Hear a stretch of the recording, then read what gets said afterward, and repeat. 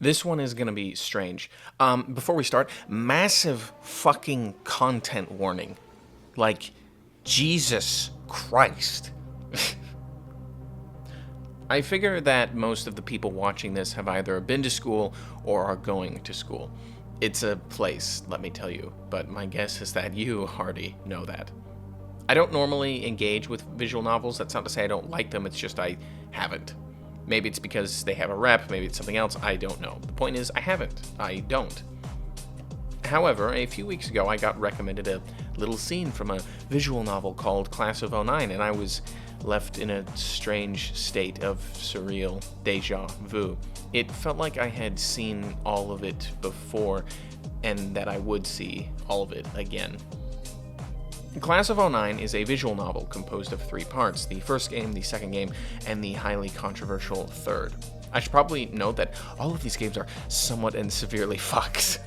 For the first 2 games you play as Nicole, and Nicole is, how do I put this, kind of, sort of evil, but we will get to that.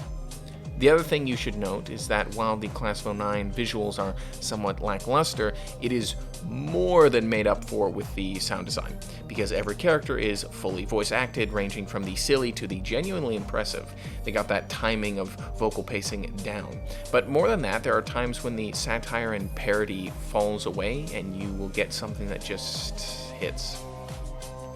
And there are little details like that all over, like the Hot Topping clothing or the Dare shirt that Jecka wears at one point. I mean, do any of you guys remember Dare? Is it still a thing? Dare to resist drugs and violence? Seriously, is that still around? I have no idea. Like, it genuinely felt like those guys had no idea what they were doing. I mean, I bet a bunch of you guys got stories of them. So, like, let me know in the comments. Tell me your best Dare story, because those guys, wow. Anyway, the point is that if you grew up in the 2000s, this game really does transport you. Sure, some of the language is a bit more 2010s, but all of this really does its best to capture how the world felt in between 2001 and 2020. Because let me tell you, there was a world before those things, and there is now a world after those things. So, there are a lot of routes in the Class of '09 games, but unlike most visual novels, which often have routes and plotlines entirely dedicated to which character you wish to romance, Class of '09 is kind of defined by which character you want to destroy. And it's a type of shock humor, kind of a grim, dark comedy, yes, but I think there is also certainly something more there as well. And this destruction that Nicole inflicts isn't limited to just the boys, but the girls as well. Almost every character can be ruined, and some in some just really genuinely awful ways. Nicole is horrible, hateful, somehow both cruel and apathetic and disassociated all at once. She has a severe disconnect from her ideas of community due to events that happened in her youth, and both her parents are either dead or unconcerned, and her brother is, how do I put this, a basement-dwelling subterranean troll thing. It's not good. So you might be thinking, oh, Nicole is the villain. She destroys lives over and over and is corrosive to everything around her. But no. Almost all of her worst assumptions are genuinely true. Almost every single person in this school and outside of it is either willingly evil, chaotically monstrous, or so oblivious that they can't even register their own behavior. Everyone, down to the students and teachers and the people outside of the classes, every single one of them are almost as despicable and awful as you could possibly imagine, and you can take routes which make things mostly overtly worse, spiraling them towards their most dark possible outcomes. Because that's what Nicole does. She takes the awful, the cruel, the stupid, and the insane and drags them towards their worst possible destinations. Of course, there are a few endings which are a bit more positive, but those endings almost always feel like you, the player, forcing Nicole to do things slightly contrary to her nature. But more than that, more than all of the misery. The thing that really sells all of the comedy and the more serious moments is the absolutely punchy dialogue, which just beats back and forth at all times, especially with the two lead characters of Jecka and Nicole. Jecka being Nicole's number one, and the kind of stereotype Cali girl blonde. You know how it is. But where Jecka differentiates herself from the stereotype is in the fact she is probably one of the few characters in the game who isn't overtly evil, differentiating herself from the stereotype by being not oblivious or passively cruel, or maybe I should say unthinkingly cruel. And even the head in the cloud's way she speaks is somewhat of a vibe rather than how she is literally. She can be thoughtful, she can be kind, and in some ways I think she tries to pull Nicole from the more extreme things she does. However, she is also a partner in crime and can still very much be dragged into the worst case outcomes. She often goes with the path of least resistance. Not always, but it happens. Jecka is fun. Jecka is great. I think there is a reason why she might hold the award of most liked characters. And let me tell you, the way these characters talk, it's a bono, you know? Really feels like I'm back in those crumbling halls of my old high school. What a hellish place. It is kind of fucked. If I had to pick the two best pieces of media that could sum up the American high school experience, it would probably be Euphoria and the Class of '09 trilogy. Just smash those together and yeah, that's it. High school in America, baby. Just those two things. Just put them together. God. Even years after it, I'm still haunted by that absolute shit. So Nicole goes through the games destroying people who are kind of just as bad as her in many cases. Examples being like Kyler, you know the type, the sports bro, the big guy, the barely literate football creature. Obviously not all people like this in real life are like Kyler, but you know how it is. Kyler is just about as stupid as a person can be, and not only that, but he is also overtly and willingly evil. Like, you know how he is. Do I need to spell it out? Blah, blah, blah. I hate women. Blah, blah, blah. I hate people who aren't like me. Blah, blah, blah. You know how it goes. Stupid and meaninglessly cruel. What a combo. Wow. Like, the guy's just the worst. And so, of course, Nicole has a route where she can nudge him along the path to suicide. Which is, yeah, evil, but it's just evil done unto evil. Like, Nicole assumes the worst in people, but always the world is just that evil. All the teachers are interested in their students in the worst possible ways, or they are supremacists, or both. Like, the endless amounts of banal cruelty is astonishing. The small evils, endless threats, the countless routes which lead to death, or far worse. It's just so much all at once at all times. And yeah, this is portrayed as a dark comedy most of the time, but not always. Sometimes the curtain lifts slightly, or the tone drops some of the more outlandish aspects, and for a moment there is something unsettlingly real. Usually it's not kind, it just is, and all you are left to do is just sit there. The world that Class of '09 paints isn't a nice one at all. It is needlessly cruel, chaotic, witty, yes, but oh, so infinitely dark. And even though I think the real world is more complicated, I also think that there are definitely some things '09 gets correct. Just follow me for one line of thought for a second. Nicole has been through a lot, even before the start of the game.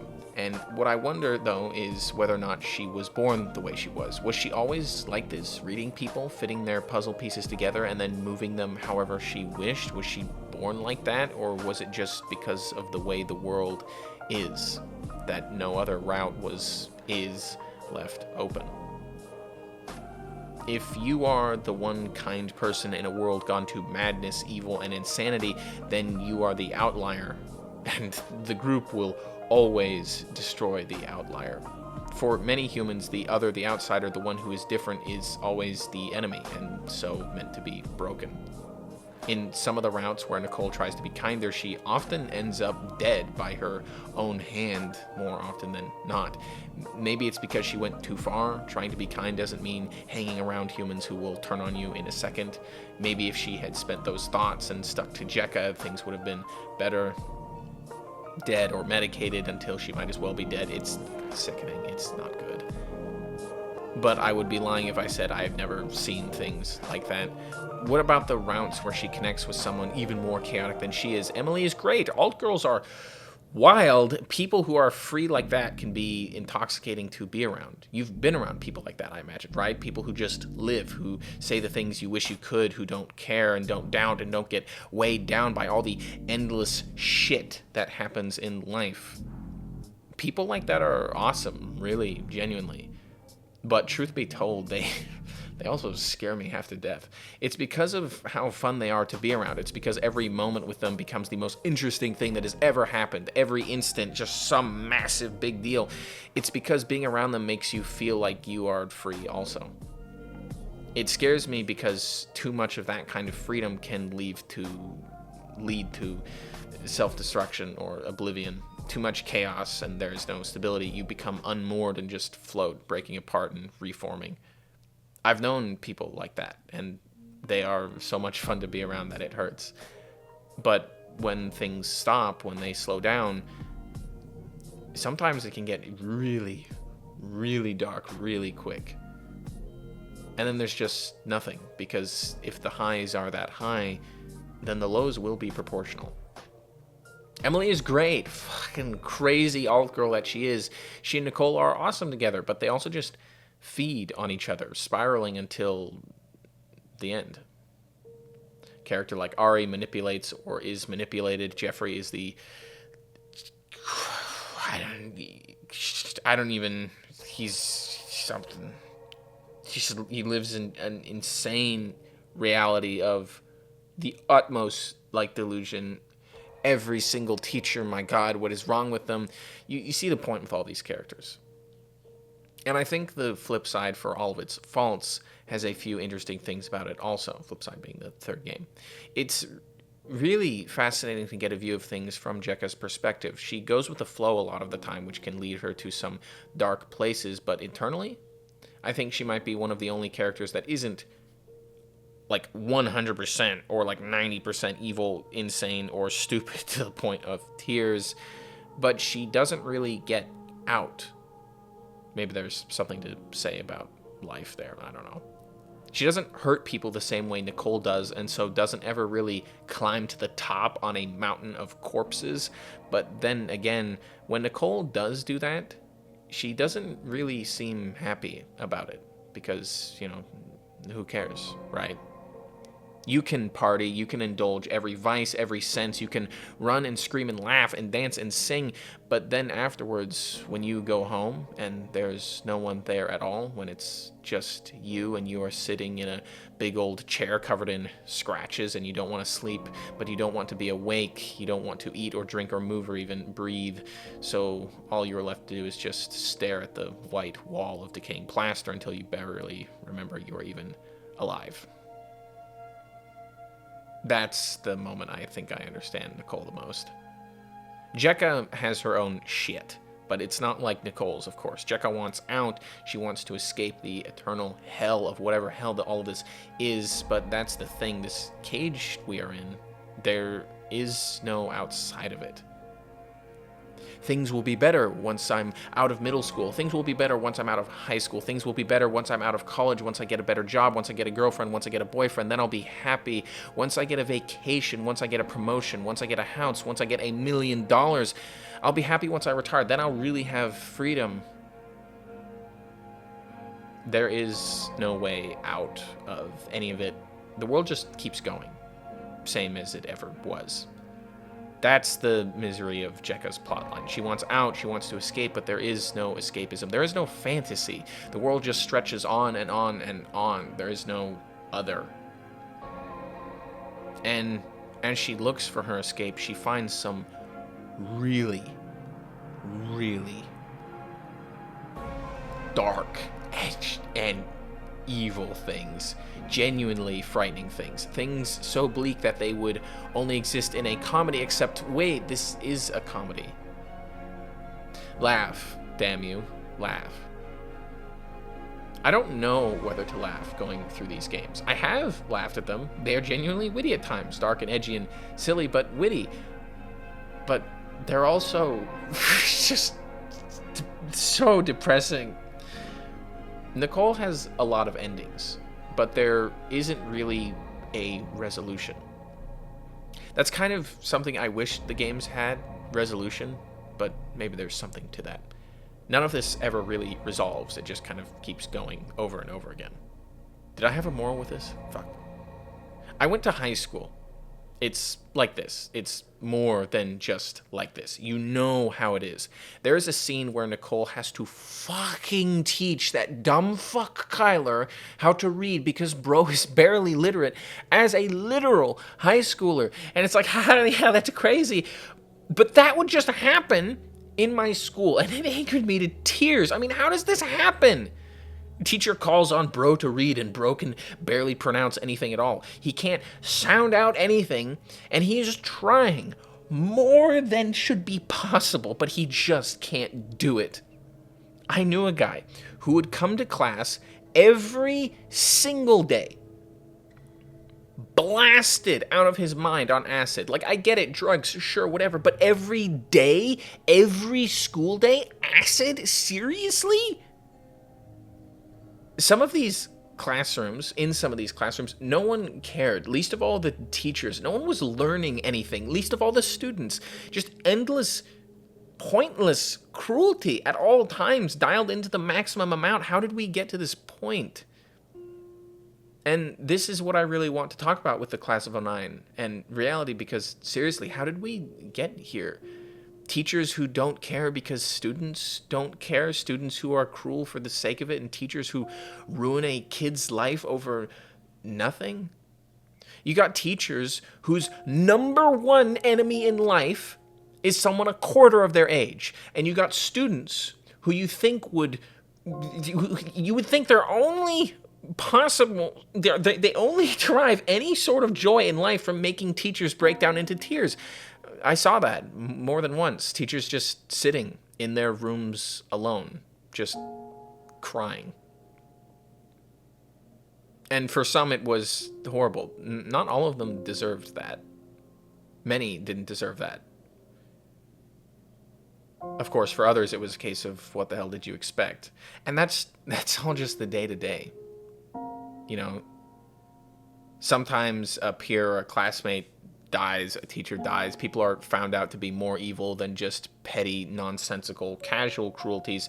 Someone kills themselves, someone gets killed, someone's heart just randomly gives out one day for no reason, a drunk car wreck, an overdose, you name it. And people cry about it, sure. Over the intercom, the gym teacher or some other voice crackles and spits through the rotting announcement system and says, so-and-so is dead. And that's it. In a month, no one cares. In a year, no one remembers. In 10, it's almost like they never existed at all. How the fuck did we get here? Seriously, was it always like this? I hear people saying it was better back in the day, or it will be better in the future, but is there any real evidence of that? Or have our problems just changed and that's all?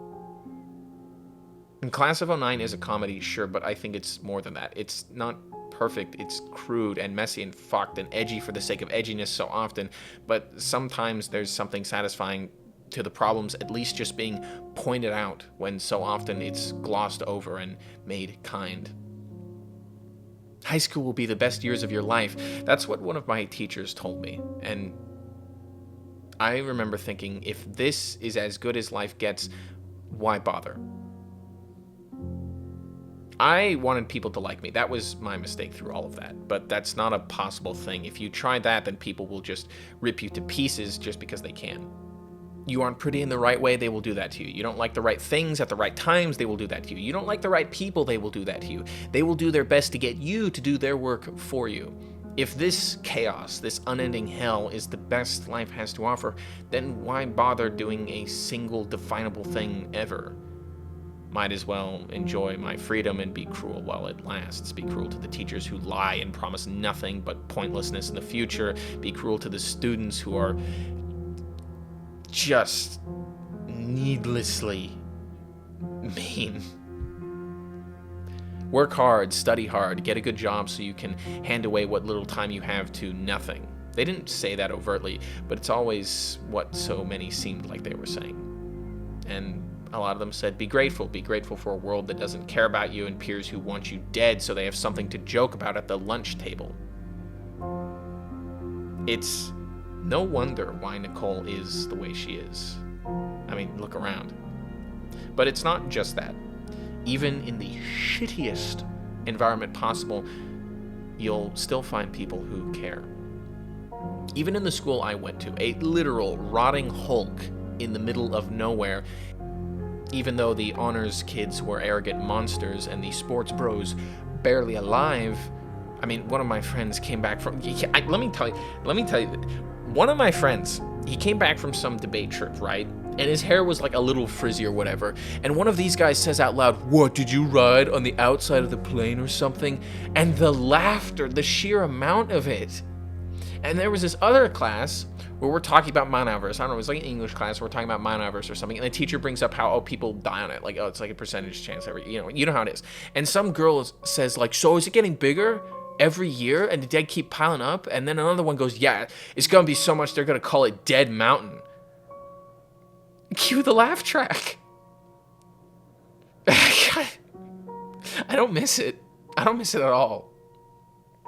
My point is that even with all of that, there are still a few teachers who genuinely care about their job, who genuinely care about wanting the youth to succeed, and that's something that matters.